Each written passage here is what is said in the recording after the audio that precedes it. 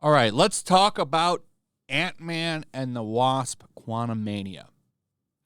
I got a few things I want to say about this movie, but I want to start with this box office analysis that a lot of these websites are doing, because there's a lot of spin on here, and I think that it's very disingenuous to compare this movie to older Ant-Man movies, especially the first one. We've had a lot of inflation over the past 2 years. I don't think it's fair to compare this movie to movies even a few years old now without it. First off, you should adjust for inflation regardless, but they're not doing that. They don't adjust for inflation.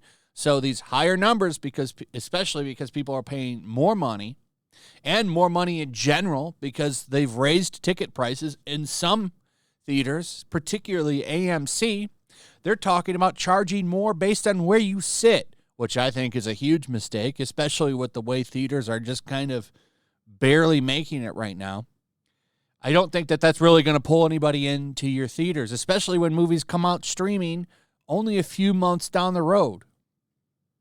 The Whale is already up for streaming, which I'm glad to see because I want to watch that movie, and there were no theaters playing it.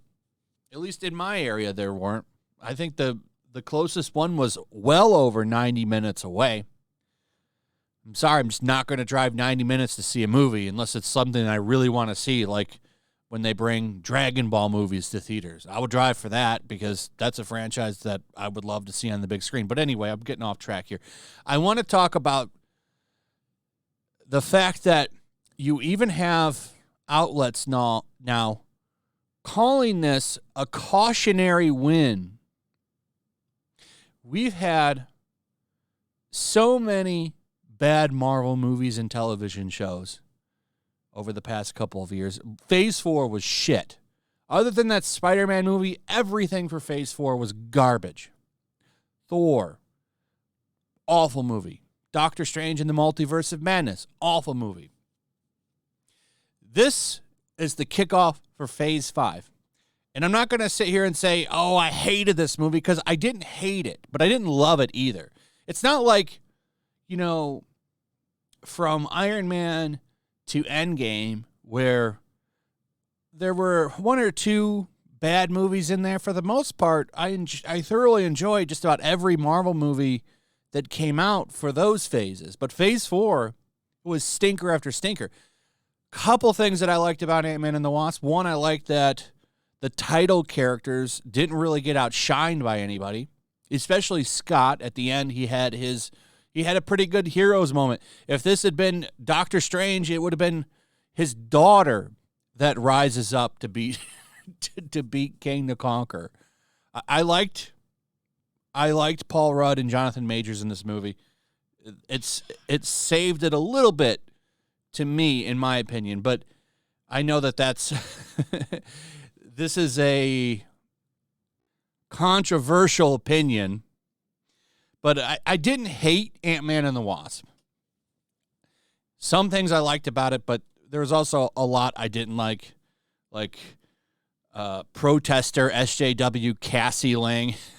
She was incredibly unlikable, which is a trend in modern entertainment where they make all of these female characters down with the science, and they're all like activists and kind of snappy and mean. Like when she was shitting on her dad, who literally saved the universe, helped save the universe, brought people back from the dead. But she threw tear gas at a police car. Wow, you're such a hero. So, yeah, there was a shitload of annoying things in this movie. I would say it's a 5 out of 10, maybe a 6. I'm not locked on it. There was some things I liked, a lot I didn't like. But I don't want to sit here and say it's as bad as Thor: Love and Thunder. But this isn't a compliment, really, because these movies used to be great. They used to be amazing. And now they're just mediocre or shit. You can't run on autopilot. like this. And the cinema scores are dropping. Not that it really matters from critics. Audiences, I mean, in 84, that's good. But, you know, I think there's something to be said for positive review bombing, too, with this movie. I just don't think there's people going in here that hated it as much to give it a 1 star like they do with a Captain Marvel. So I'm curious about that audience score. I don't want to dive through it, but I bet you if someone did, they might find some stuff in there to talk about. I think a more reasonable audience score for this movie, the one that I would think is real, is in the 70s somewhere. Because you have your diehards that are going to go in and like it no matter what and love it. But those diehards, a lot of them are dying off. There's not as many as there used to be. And when you keep releasing shit like this, it's going to get worse and worse. And you actually have the Hollywood Reporter shockingly admitting that. Yeah, it did well at the box office. It's doing okay. Not great when you look at it with inflation, but I think it'll make its money back. But it's not going to make $1 billion. Watch it make $1 billion after I say this, but I think Marvel's in trouble. And if they don't, this is why they're delaying all of their stuff, too, by the way, to reshoot it and fix it, because they know it. There's nothing really to be super excited about, except maybe Secret Wars. That we'll see. I think they're going to pull a lot of member berries, though, and you're going to see a lot of old people that you like from, you know, Fox and Sony days. You're going to see Toby come back for sure, I bet. But, you know, that'll only work for so long. It'll only work for so long. So it's funny to see them admit this. I got a kick out of this. Cautionary box office win for Marvel Studios. And I know it's easy to say that this movie is a disaster at the box office, but it's going to make its money back. The real story there about this movie being a disaster is the fact that this is just another lackluster Marvel movie. And a long line now with Phase 4 of a string of lackluster Marvel movies. And it's why when people sit up here and say that the end is near for comic book movies, that it's fizzling out, the genre fizzling out, they have something to what they're saying because it is fizzling out. These movies aren't making the money that they used to.